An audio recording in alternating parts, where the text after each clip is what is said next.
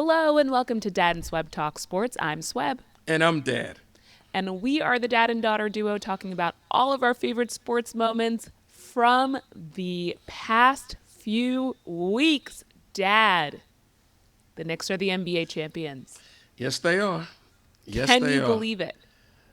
I had a hard time believing it. I had a hard time believing it's kind of sunk in after, 48 hours or so? It's kind of sunk in now. It feels like a fever dream. Hey, they worked hard.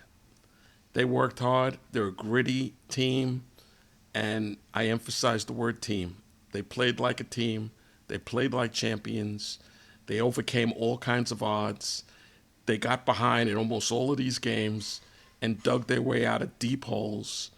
And they played the way you have to play if you want to win a championship. And it's not easy, as everybody can see. It's very difficult. It's been 53 years. I was in high school the last time they won a championship, Swebb. What were you, a sophomore in high school? No, I was a senior. You were a senior in high school the I last was time they won the championship. I was a senior. Yep. How are you feeling? What are you thinking? Let's talk through the championship and then we'll backtrack and kind of talk through the run. Saturday night. The Saturday Knicks are up night, 3-1 in San Antonio. I was sitting in my chair by my desk watching the game like I have the whole playoffs. I think one of the games they lost, I was sitting in the living room. A lot of people were surprised that you were still awake. I was awake. There was no way I could fall asleep. I had a few cups of coffee there, but I was wide awake. I I didn't go to bed until 3 a.m. after I that game. am still tired from this playoff run because I've put in a lot of hard work this playoff run. I felt like I played the last 5 minutes of that game. All I could do was take a deep breath after that game was over. I was speechless. The bar's going crazy and I was speechless. I just couldn't believe it. I stopped breathing for the last few minutes of the game. If you were speechless at the end of Game 5, how were you at the end of Game 4 after they overcame a 29-point deficit?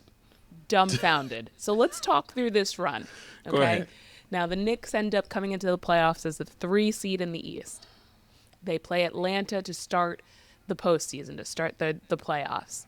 At one point in that series, the Knicks looked like they looked at certain points during this season where I felt like I was in a terrible relationship. Sometimes you're extremely happy, you're in love, and sometimes you hate the guy. And there would be a few weeks where they, go on a win streak, and then the next thing you know, that they just can't get out of their own way. So this Atlanta series, they didn't look like the team that they looked like towards the later rounds of the playoffs. CJ McCollum was doing work on the Knicks. It was insane. Sometimes they played down to the level of their opponents. And next thing I know, they're up 50 points to close out that series. And the rest is history throughout After these. after they lost 2 games to Atlanta, they changed the way they play. They changed the way they play. They started moving the ball around. They started incorporating, and then more guys started chipping in. Shamet started chipping in. McBride started chipping in. Robinson, Bridges. Bridges came alive and started playing the way he's capable of playing, the way he hasn't played all season, and started being more. Towns stopped jacking up threes and started Ananobi passing was the ball. playing at another level offensively. He's pretty consistent most of the times, but and they started playing more physical and rebounding. They started doing what you have to do to win. And we had said going into the NBA Finals against San Antonio, they had to be more physical, and it was going to be about their bench. Their bench was going to have to contribute. And throughout this series, and I will say throughout the postseason, the Knicks had the luxury of dominating the teams in the prior rounds to where guys could play And Mike Brown felt comfortable putting in the bench because we were blowing teams out each round. I truly believe that that was one of the differences in the NBA Finals, that he could go to any player on the bench. And we literally saw it. Game 4 of that series, the Knicks get down terribly at home. It just, they looked like they didn't even show up. And they didn't play well in Game 3 that they had lost. It was kind of like they weren't prepared for the Garden to be rocking as much as it was rocking, and they just laid an egg in that Game 3. But each game, I would say San Antonio oftentimes looked like the better team for the first 3 quarters of each game, and then they kind of fell apart. Lack of experience, taking dumb shots, the Knicks turning up the pressure and getting more and more confident with each possession, while San Antonio was losing their confidence and started just, things started going awry. So Game 4, the Knicks are down 20-0. And I was thinking about purchasing tickets to that game. Which game? I looked online. Oh. I said the cheapest that I had seen at one point was $3,300. Oh, jeez. Game 3, the cheapest I had seen was about $5,000. At one point, it maybe got to like $4,500. I just couldn't justify spending that much money to go to a game. Game 3, I said, if it gets under $3,000, I could potentially do it. And it didn't. So I said, okay, I'm not going to go to the game. And so I went to my local spot here in Manhattan that I had gone to every game for, and also spent the college football playoffs there as well. So this is a place that I go to watch games. Have watched Yankees World Series and Knicks playoff games in previous years. And I'm like, thank God I didn't buy tickets to this game. The Knicks were down 29, and they looked awful. It's one of those things where you can tell if a team has it or not because of the types of shots that they're taking. They were turning the ball over, just dumb passes.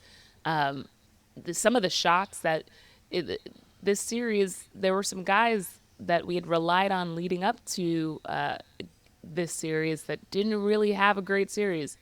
Deuce McBride, Mitchell Robinson. There were some. Landry Shamet became pretty inconsistent towards the end of this NBA Finals. And you see some of the shots, the way the basketball was even coming out of their hand. And you're like, they don't have it. They do. These were bad misses.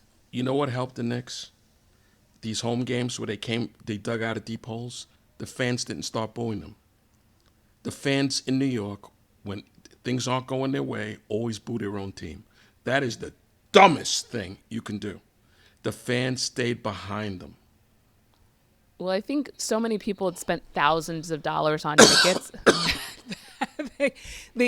they were at least going to try, and they were willing them to win because I think everyone was in shock. And then the Knicks come alive in that game. Jalen Brunson comes alive. OG Anunoby hitting Alvarado. shots. Jose Alvarado. And that was one of the things that I noticed in the NBA Finals. San Antonio is a great team. They have a ton of guards, aggressive, lanky guards. They were giving Jalen Brunson fits all finals. And the refs weren't calling a lot of things. There was a very physical game, each game. And I was thinking, we're not going to get anywhere. Jalen Brunson at times could barely get the ball up the court. And when he did, he had his back to the basket, which is not the way that you want to run an offense. And I kept thinking, they need another ball handler on the court. Deuce McBride wasn't hitting shots, so you couldn't use him. Landry Shamet, great defensively. He started missing some shots in the finals, and he's more of a spot-up shooter. He's not a facilitate the offense. Right. So I'm thinking you either got to play Alvarado or you got to play Clarkson. Now, we saw Clarkson at times. He's one of those guys that he looks good for 30 seconds. He looks good for one possession, and then he does something absolutely dumb. He turns it over too much. He's not really a point guard. Right. So Alvarado, they bring him in, and you could tell. And this happened actually as during the season, When he came onto the court during the regular season, the offense runs a little bit differently. And he normally wasn't playing when Jalen Brunson was on the court, but the ball moves more. Karl Anthony Towns gets the ball more. There's a different offense that gets played when he's on the court.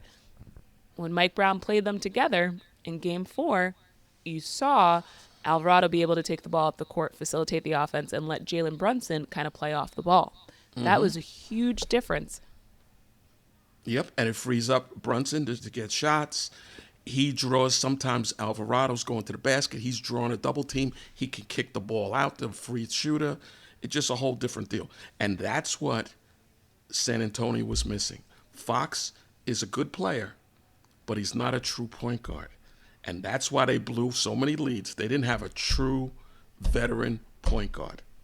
And they had a rookie that they didn't play as much as they should have in Harper. He had a great series. But he's not he's better than his father who played with the Bulls. But guess what? He's not really a true point guard. Well, I think what ends up happening is towards the end of these games for San Antonio, the lack of experience shows. Yes. They start taking shots that they shouldn't take. Instead of just letting the plays kind of develop, they start chucking up threes, including Wembanyama. Defensively, they start focusing, and I got to tell you, Wemby, I don't think I hate another player more in the NBA these days. He was trying to deliberately injure players. He was dirty all series, and he had done the same thing against OKC. And against Minnesota. And it got to the point where it's like, this guy has 3 flagrant fouls. They're not going to call the foul on him. He knows that they're not going to call a flagrant foul on him, because if he does get that 4th foul, he's out for a game. That messes up the storyline and the pomp and circumstance of the whole thing. The guy, he's a pain in the neck. And I'm not he's worse than a pain. He deliberately tried to kick the knee of OG. He takes Hunt Brunson by the head, throws him to the ground. You can't have that. There's no room for that. And then when the final game's over, he just walks out. He's a clown. He's bad sportsmanship. He's crying after they win the Western Conference Finals. They get to the finals. This guy's dirty. Jalen Brunson practically sprained his ankle on his big foot because he was in his area, and while Jalen Brunson was shooting a 3. That's supposed to be a flagrant. That's supposed to be a flagrant that they didn't call. He knows that they're not calling. He's laughing as he's doing this stuff, and then he walks out and doesn't even shake anyone's hand. I'm not willing to make this guy the star of the NBA and the face of the NBA moving forward. Let me tell you something. Next season, sometime in the middle of the season, he's going to do something to the wrong person, and somebody's going to have him lying out. Because he might be 6'4", 6'5", 7'4", 7'5", but he weighs like 150 pounds. Somebody is going to mangle that guy. You cannot act the way he does with grown men. You might do that stuff. Somebody's going to get that guy. No one lost more than Victor Wembanyama, because people got to see with their own eyes. You don't always watch San Antonio games when you're based in New York, or you're not there, your team's not in the Western Conference. Watching him play, he was dirty the whole time. And that's just not a guy that fans, whether you're in New York or not, if you're just a fan of the game, that's not a guy you can get behind. So I don't think it's just going to be one guy going after him next season. I think there'll be a few. One on each team is going to be going after him, because he needs to be humbled. And the way that not only was he dirty, but he was laughing while he was deliberately doing things that were dirty. That's just like, get him out. I'm so glad we won and we got the last laugh at all of this. So going back to the Knicks, Jalen Brunson. Now, Jalen Brunson, I just want to apologize to him, because every once in a while he does a little one-on-one, forces the issue. Every once in a while? At a tight part of the game, starting to make a run. He's dribbling the shot clock down to 6 seconds. Sometimes he doesn't have the shot because he's only 6'1", especially against a stingy defense like San Antonio. And he's passing the ball to some guy on the team that's not confident, not ready to take the shot, and doesn't even have a good shot to take with 6 seconds left on the shot clock. And you're screaming at the TV, especially at game 4. I'm in the bar screaming, pass the ball. Pass the ball. Stop dribbling down the court, back to the basket, pass the ball. But this guy had 45 points in the clinching game of the NBA Finals. How many do you have in game 4? Game 4, he had 30-something. But You know what the problem was? Some of those guys didn't want the ball near the end of the game. well, that's The minute he handed it, he passed it to him, they flipped it right back to him. It was like hot potato. Some of those guys didn't want any part of being responsible at that point, and he realized that because he Game played with two of 5, those guys in college. the Knicks scored 94 points. Jalen Brunson had 45 points. He doubled up on the team. That's what it was going to take, unfortunately. Game 4, he had, he had 36 points. And he wasn't having a good shooting series. His field goal percentage was down, had a lot of turnovers every game. But man, in those big moments, no moment bigger than all of game 5. He said, get on my back.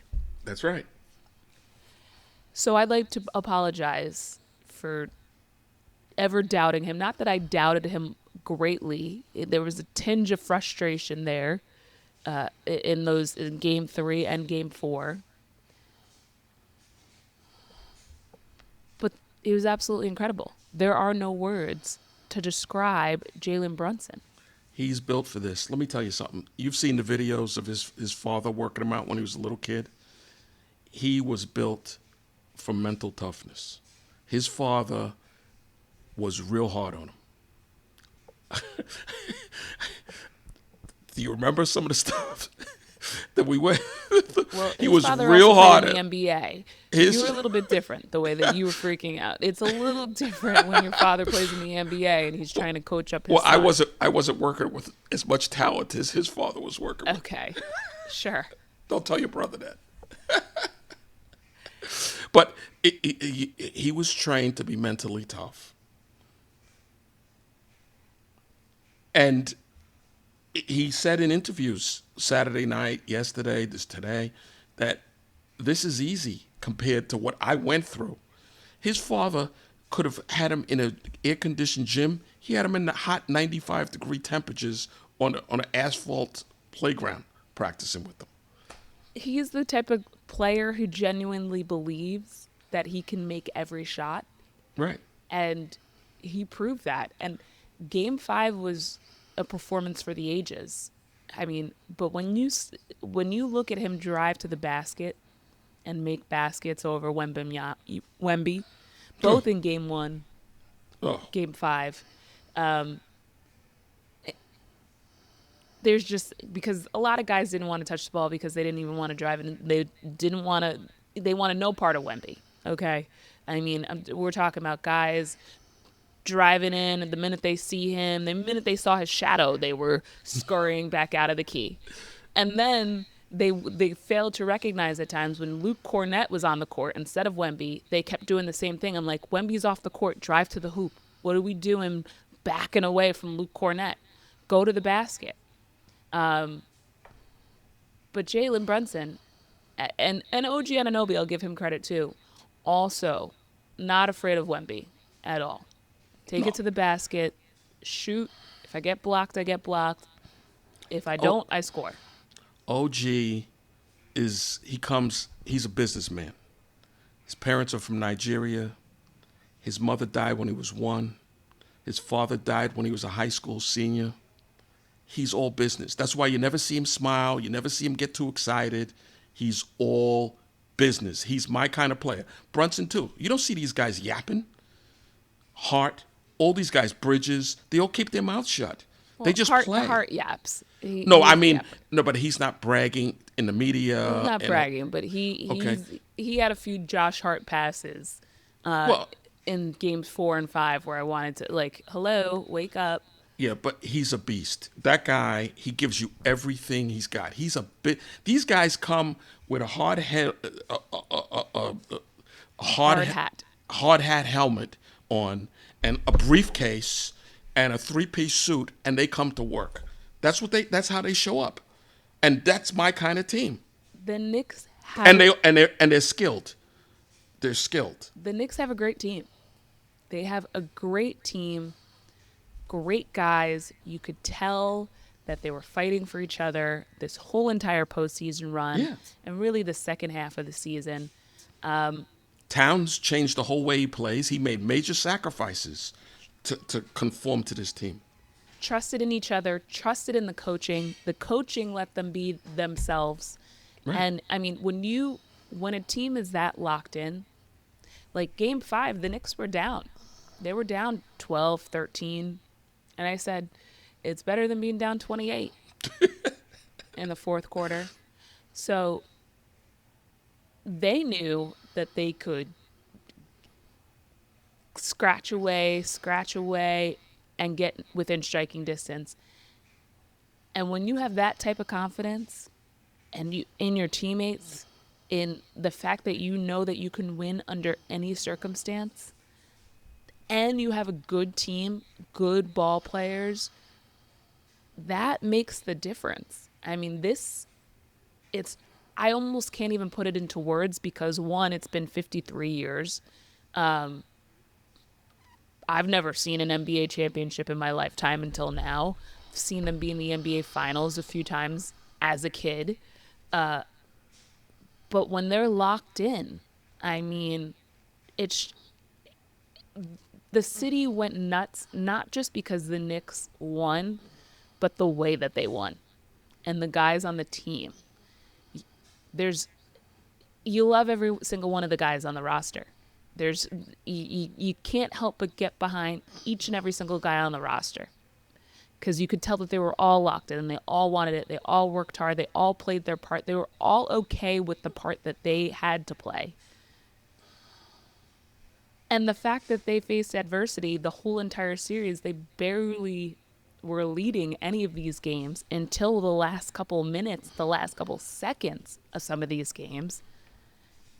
I tell you, there were a lot of people rooting for the Knicks around the country that weren't even Knicks fans because the team. Most NBA teams don't play like they do. If I could tell you, That's the difference. we were talking. They're a throwback. They play like the 1970 and 1973 Knicks teams that won championships. Get the game real close to the last 5 minutes, and then take over. We talked about me potentially going out to San Antonio for game 5, and there was a part of me that wanted to be there in person to see it with my own eyes, and it would have been cheaper than going to the Garden, which is crazy to even think. But there was also a part of me that wanted to be in New York, if it happened, to be a part of. Can I just tell you what's been happening in New York over the past couple weeks? What's been happening? I have never seen this before. I mean, talk about uniting a city. That's what sports does.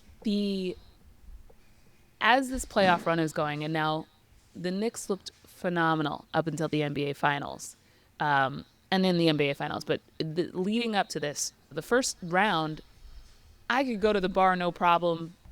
Game starts at 8, be there at 7:45.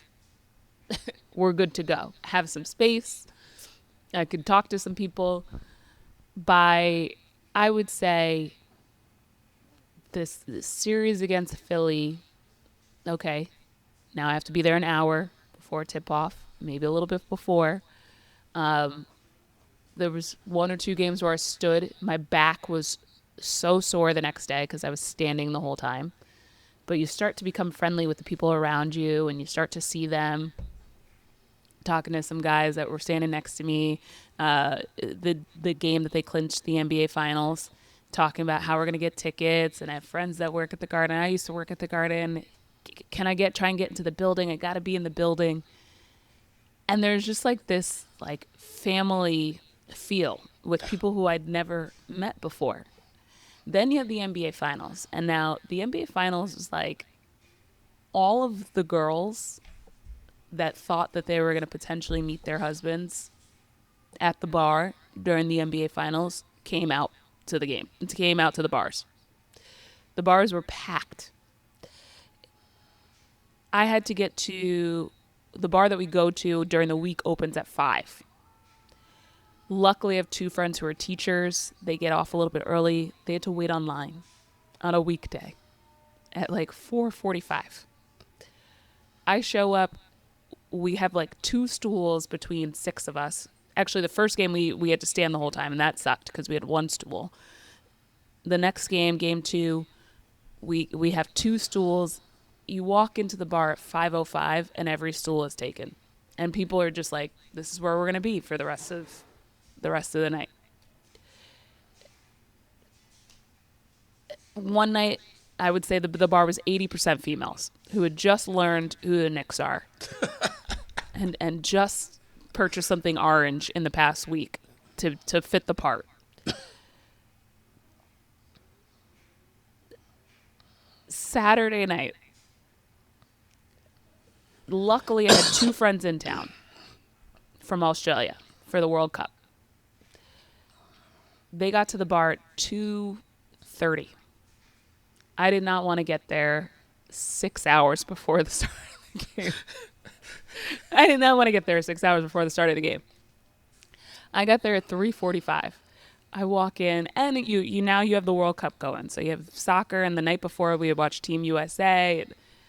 I don't want to complain, but sometimes there's too many good things happening at once that it's just a bit overwhelming. So Saturday comes along, and I'm like, I need them to win because I don't want to do this next week. I want to go to the bar on Tuesday to watch with my compadres here.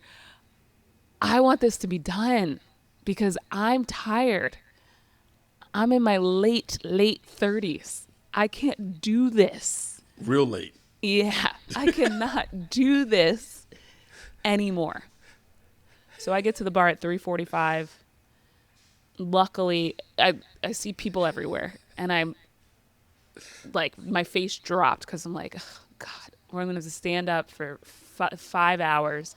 Luckily, my friends, I look over to the corner, and they are sitting. They found there's like some high top tables in there that you don't have to reserve, so they were sitting there, thankfully. So we had dinner. Bar gets more and more crowded. People encroaching on your space a little bit more. You know, the people are closing in. 6:30 rolls around. I'm like, I'm tired. Like, I'm sleepy. So there's a market 2 doors down. I went to the market. I walk out of the market. The line is going all the way down the block to get into the bar. I go to the market. I pick up 5 5-hour energies for me and my friends.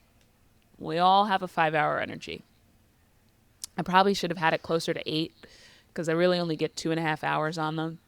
And next thing I know, the game's starting.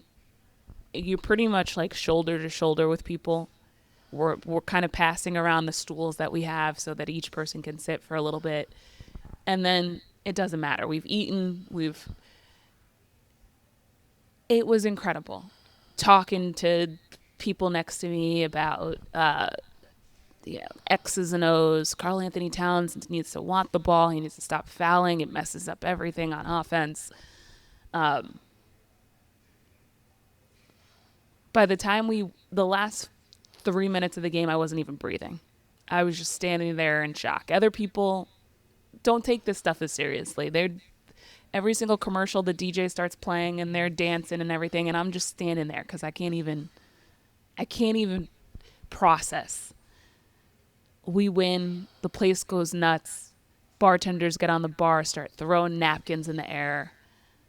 We're singing Empire State of Mind. Then we switch to Frank Sinatra. Then we're singing We Are the Champions. I go outside. All the fire trucks are driving down the street with Knicks flags on the back of their engines. People screaming, dancing, cheering. I go back inside. Everyone who had reserved a table is standing on the seats at the table, dancing. And that continued for hours.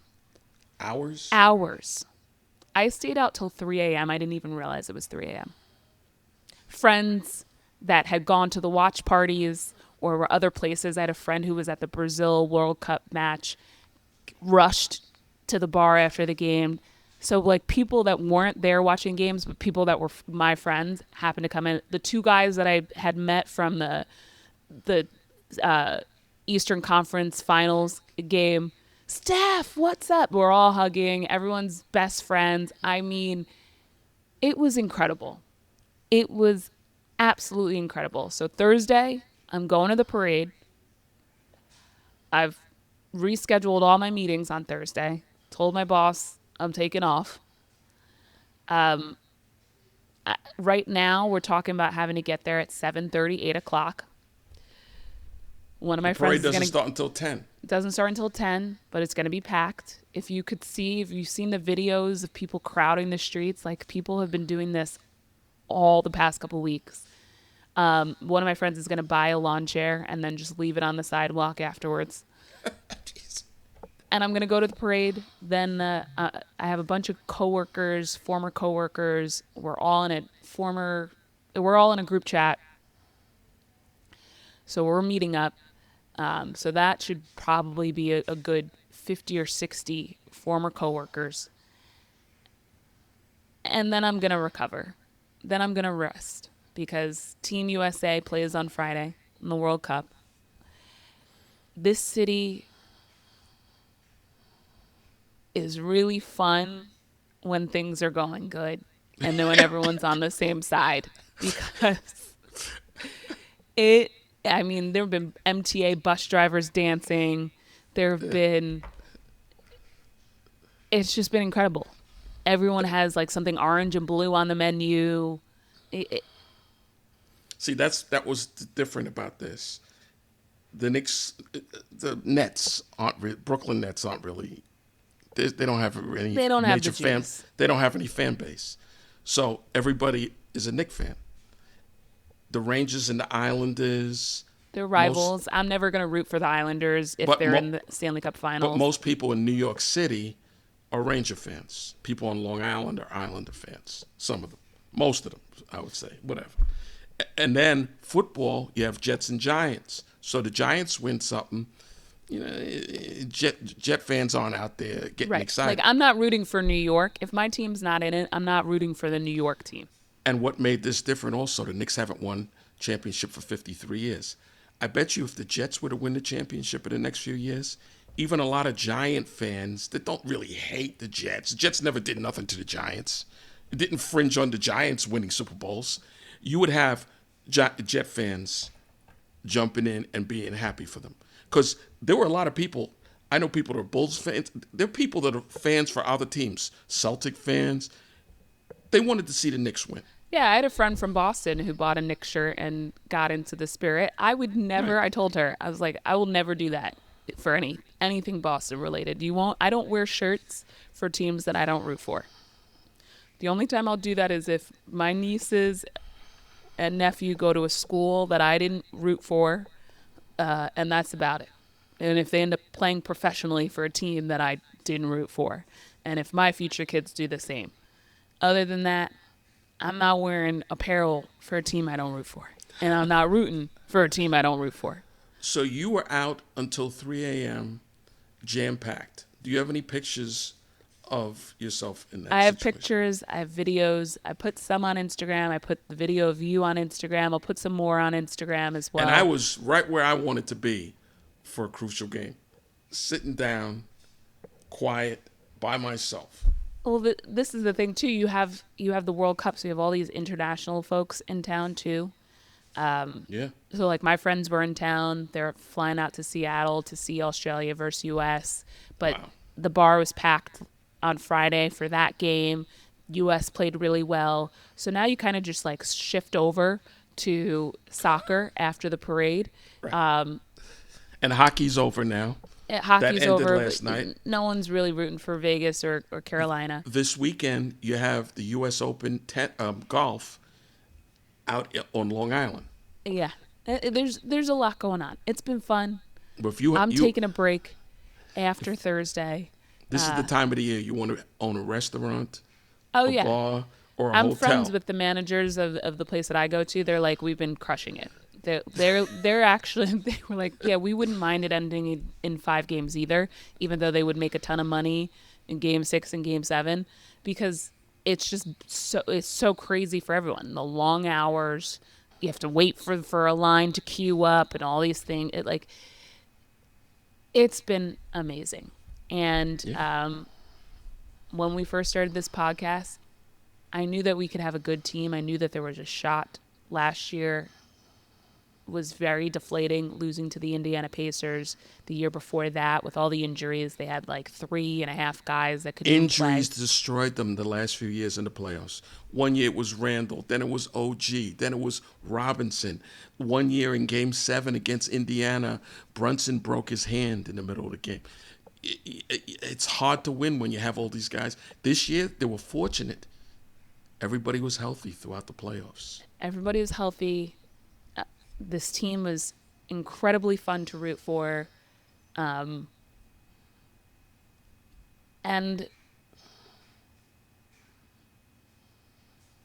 it's been incredible. It's been fun. So that concludes this week's episode of Dad and Swebb Talk Sports. Be sure to follow us at Dad and Swebb on Instagram and X and TikTok. Subscribe to this episode and share on YouTube and Rumble. And share this episode with a friend. We will talk about the Knicks draft and the offseason and what the roster will look like next year. They have 3 draft picks. One in the first round, and the number 1 pick in the second round, and then another one late in the first round. Next year, they don't have any first-round picks, so they really need to draft some players. I have my eye on a few guys And that some they can good, start most of their melding in. players are locked up. A few that they'll have to make sure that they can sign. But They're all locked up for next year. Mitchell Robinson, Well, except him. Shamet. He's not.